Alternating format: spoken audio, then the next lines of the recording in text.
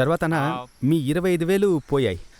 దాన్ని లైవ్ కూతురు పెళ్లి కోసం నగలు కొనడానికి వెళ్తూ బస్సు దిగేటప్పుడు మీ డబ్బు పోయిందనమాట. కథ అర్థమైందయ్యా, ముందుకెళ్ళు. ఆ డబ్బు దొరికింది ఇతనికి. పెద్ద మనసున్న ఇతను మిమ్మల్ని కనిపెట్టి ఆ డబ్బుని పోలీసుల ముందు మీకిస్తున్నాడు. ఓకేనా? అయ్యో పాపం. మనమందరం కలిసి ఒక ఫోటో తీసుకుంటున్నాం. పోయిన డబ్బుని తిరిగిచ్చేసి స్వతంత్ర జ్యోతి అని ఒక టైటిల్ పెట్టి ఫోటో రేపు పత్రికల్లో వస్తుంది. అయితే మ్యాటర్ అంతేనమాట. అది మ్యాటర్. పావులోడు వచ్చేసాడు. చెప్పేటప్పుడు ఫోటో తీస్తే చాలు. మీరు రండి. స్టేషన్ నుంచి బయటికి రాగానే డబ్బు నా చేతికిచ్చేయాలి. అందులోంచి 2,000 మీకిస్తాను. ఓకేనా? అయితే నా 30 సంవత్సరాల గడ్డం దానికి నేను విడిగా ఇస్తానయ్యా. రే, దీనంతటి కలిపి డబ్బులు ఎక్కువ అవుతాయి కదరా.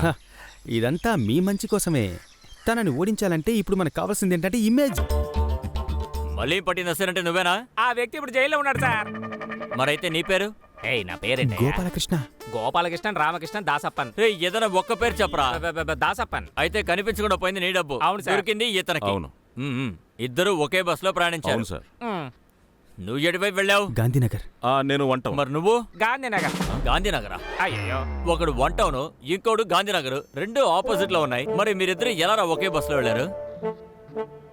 నీ దగ్గర ఎంత డబ్బులు ఉండాలని చెప్పావు? 30,000 25,000 అండి. 30,000 25,000? అదేం లెక్కరా? అదేమో 25,000 అండి. అది సరే గాని ఆ డబ్బులు దేనికి ఉంచావు? అమ్మాయి పెళ్లికి బంగారం కొందామనండి. నీకు పెళ్లి వయసులో ఒక కూతురు? లేదు సార్, చెల్లెలి పెళ్లి. నేను నిన్ను అడిగానా? నేను అప్పుడే వాడికి చెప్పాను సార్, నేను ఒక యూత్ అని. అయ్యో, దొరికిపోయామే. తీరా తీయరా రే. అయ్యో 3 కిలో మీద కొట్టకండి అయ్యా. ఏంట్రా అది? అదే పంచతీరా విప్పు. తీరా తీ బడిది తీరా.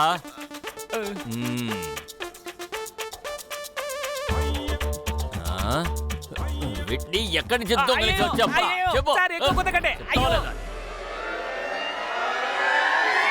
ఈ డబ్బు వీడి దొంగలించింది.